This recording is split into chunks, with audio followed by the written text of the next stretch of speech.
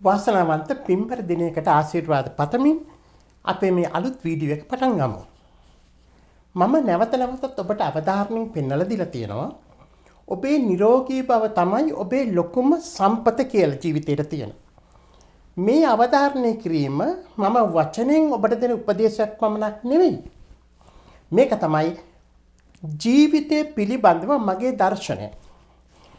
මගේ ලොකුම සම්පත මගේ නිරෝගී බවයි කියන මෙන්න මේ දර්ශනය. ඉතින් ඒ නිරෝගී බව 90%ක් පමණ තීරණය වෙන්නේ මම ගන්න කෑම බීම වලින්. ඒකයි අද කියන්නේ your health is your gut health කියලා. ඒ අනුව මම අද ඔබට පෙන්වලා දෙනවා කෑම බීම නොගැනීම, ගැනීම නෙවෙයි නොගැනීම පිළිබඳව මම අනුගමනය කරන පිළිවෙත් 6ක්. මම අද කිසිම නිදන්ගත රෝගයක් නැතිව ශක්තිමත්ව ජීවත් වෙන්නේ ප්‍රධාන වශයෙන්ම මේ පිළිවෙත් 6 අනුගමනය කිරීමෙන්. ඔබත් සවන් දීලා ඉගෙනගෙන පිළිපැදලා නිරෝගී වෙන්න, ශක්තිමත් වෙන්න 100%ක්ම ප්‍රතිඵල ලබා ගන්න නම් මේ ක්‍රම සියල්ලම අනුගමනය කළ යුතුයි. අඩු වශයෙන් ක්‍රම කීපයක් හරි අනුගමනය කරලා යම් කිසි ප්‍රතිඵලයක් ලබා ගන්නට ඔබටත් පුළුවන්. අපි පටන් ගමු 6 වෙනි එකේ ඉඳලා. 6. අතිශයින් සැකසු ඒ කියන්නේ අල්ට්‍රා ප්‍රොසෙස්ඩ් කිසිම කෑමක් මම දානට ගන්නෙ නැහැ. ඒ කියන්නේ කෘත්‍රිම පාට, කෘත්‍රිම රසකාරක, ඊළඟට කෑම කල්තපා ගැනීමේ රසායනික වර්ග එකතු කරු කෘත්‍රිම දේවල් මේවට තමයි අපි කියන්නේ ප්‍රොසෙස් ෆුඩ් කියලා. මේ ගොඩක් රසායනික වර්ග හදලා තියෙන්නේ පෙට්‍රෝලියම් වලින්. රෙඩ් 40, yellow 5, ඊළඟට yellow 6 වැනි මෙන්න මේ පාට. ස්වභාවික රස අනුකරණය කරන කෘත්‍රිම රස. මේවා හදන්නේ ලැබ්ස් වල. මේ සියල්ලංගෙන්ම මම වැළකෙනවා. MSG ඇතුළුව අජිනමොටෝ කියන්නේ. MSG ගැන මම වෙනම වීඩියෝ එකක් ඉදිරිපත් කරනවා. ඒවා හදන්නේ පෙට්‍රෝලියම් වලින් නෙවෙයි. නමුත් නරක ප්‍රතිඵල ඇති කරනවා ඒවගෙනුත්. ලංකාවේ ලේබල් වල මේ එක එක නම් පෙන්වන්නේ නැහැ. පොදුවේ කියන්නේ permitted colors, flavors and preservatives කියලා. ඒ කියන්නේ මේ අනුමත කරපු භාවිතාවට අවසර දීපු පාට, රසකාරක ආදී වශයෙන් ওই විදිහට කියන්නේ.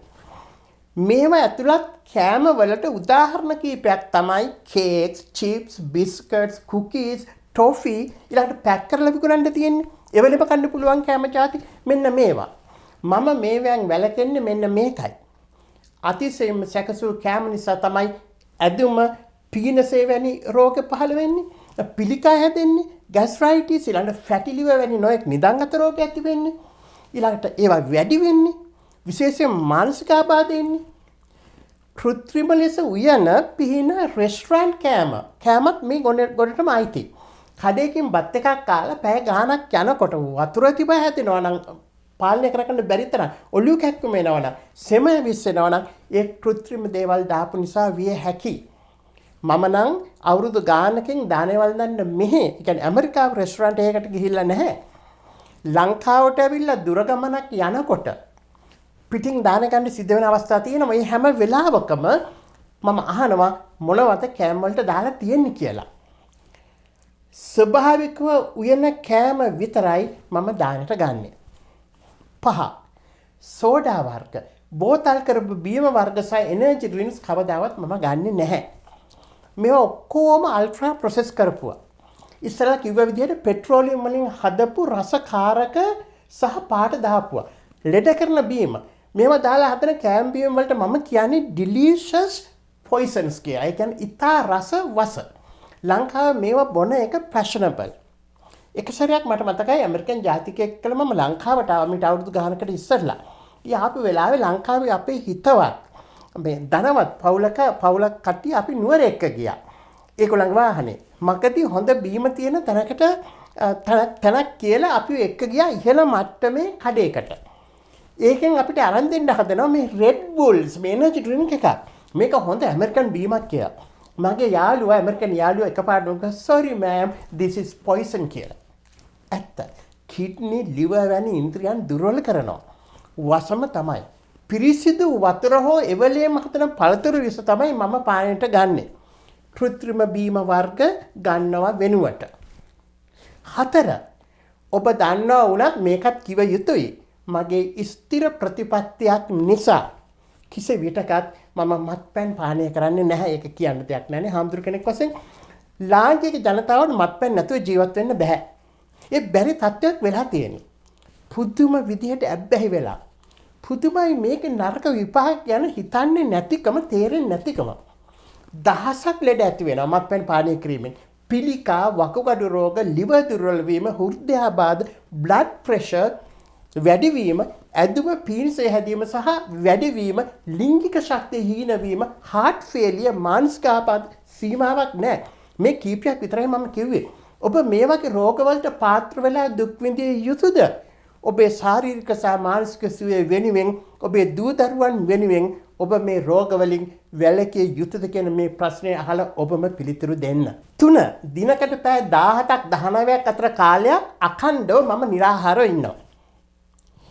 ප්‍රතිපත්තියක් වශයෙන් දවල් දාන ගත්තට පස්සේ ආයෙත් ගන්නේ හීල් දාණය පහවදා උදේ. සුප් එකක්වත් හවසට ගන්නෙ නැහැ. ඒ කියන්නේ අඩුම වශයෙන් දිනකට පැය 17කට වැඩියෙන් සමහර විට 18 19 20 ෆාස්ටිං අඛණ්ඩව निराහාරව ඉන්නවා. ලෙඩ රෝග හැදීම වැළැක්වීමටත් වයසට යන එක කල් දැමීමටත් ප්‍රධානම හේතුවක් තමයි මේ විදිහට निराහාරව සිටීම. බුදුහාමුදුරුවෝ තමයි පළවෙනි වතාවට මේ ක්‍රමය හඳුන්වලා දුන්නේ. සමහරව කියයි හාමුදුරුවෝ වගේ නෙවෙයි අපි මහන්සි වෙලා වැඩ කරනවා. ඒ නිසා අපිට වේල් තුනම කන්න ඕනේ කියලා.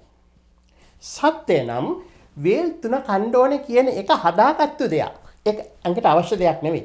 ඒකෙන් වෙන්නේ ලෙඩ වෙන එක මිසක් හොඳක් නෙවෙයි. හොඳ පෝෂ්‍යදායක ආහාර වේලවල් දෙකක් දිනකට ගන්නවා. ඒ හොඳටම ඇති.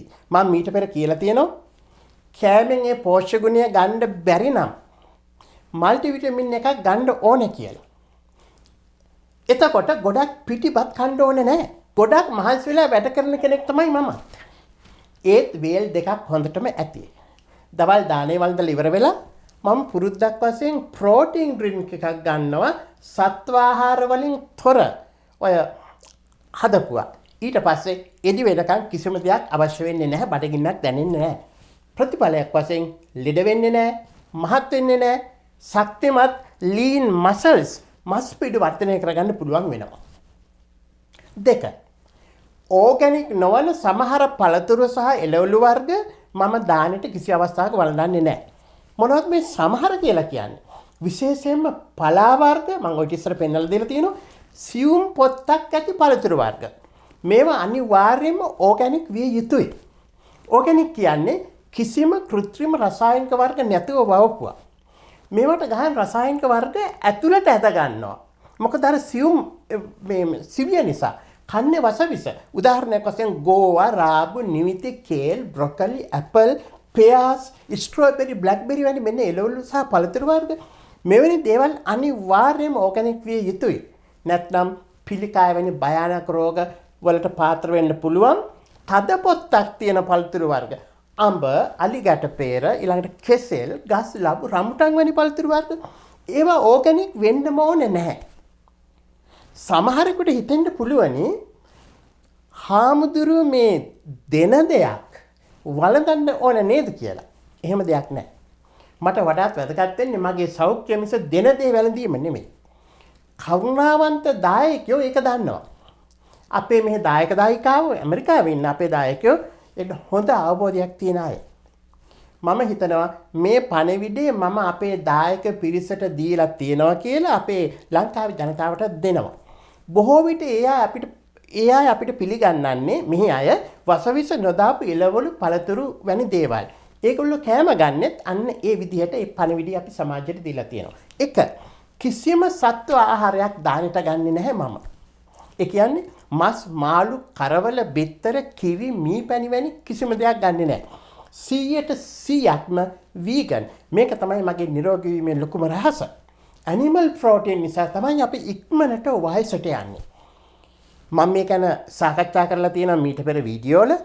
ඒවා බලලා ඉගෙන ගන්න වැඩිදුරට ඉක්මනට වයසට යනවා කියන්නේ ලෙඩ රෝග ඇති වෙනවා, ඊළඟට ඇඟ ඉක්මනට දුර්වල වෙනවා. මම මේ දෙකම වළක්වගෙන තියෙනවා වීගන් වීම නිසා. පර්ෆෙක්ට් නැහැ වීගන් වීම කියන එක. අඩුපාඩුකම් තියෙනවා. විටමින් D, B සහ ඔමේගා 3 උණතාවයක් ඇති විය හැකියි. සප්ලිමන්ට්ස් මකින් ඒවා ලබා ගත යුතුයි. ඒ අඩුපාඩුකම් මගහරවා ගත යුතුයි. වීගන් වීම තමයි හොඳම තේරීම. වෙජිටේරියන් වීම තමයි ඊළඟ තේරීම. අඩු වශයෙන් රෙඩ් මීට් වත් කන්නේ නැත්නම්. ඒ කියන්නේ හරක් මස්, එළු මස්, ඌරු මස් වැනි මස් වර්ග වලින්වත් වැළකෙනවා නම් ඒත් හොඳක් තමයි වෙන්නේ. මොකද ඉක්මනට වයසට ගියත් අඩු වශයෙන් පිළිකා, හෘදයාබාධ වැනි මාරක රෝග කීපයකින් හරි බේරෙන්න ඔබට පුළුවන් වෙනවා. මේ විදිහට කැම ගැනීමෙන් වෙන ලොකු යහපත තමයි හොඳ බැක්ටීරියා කියන්නේ ප්‍රොබයොටික්ස් අපේ ජීර්ණ පද්ධතිය තුළ වර්ධනය වීම, ඒ වගේම නරක බැක්ටීරියා වල ශක්තිය අඩුවීම. මම වීඩියෝ කීපයකින් පෙන්නලා දීලා තියෙනවා ප්‍රොබයොටික්ස් මගින් සියලුම නිදන්ගත රෝග අඩු කරන්නත්, පාලනය කරන්නත්, සුව කරන්නත් පුළුවන් කියලා. එහෙමනම් මේ වැලකීම් සියල්ලම හෝ අඩු වශයෙන් කීපයක් හෝ පිළිපදිනවා නම් නිරෝගී වන්න පුළුවන්, ඔබට ශක්තිමත් වෙන්න පුළුවන්. ඒ අනුව බුද්ධිමත්ව සිතා බලා තීරණ අරගෙන කටයුතු කරන්න. ඔබට සම්මා සම්බුදු සරණයි.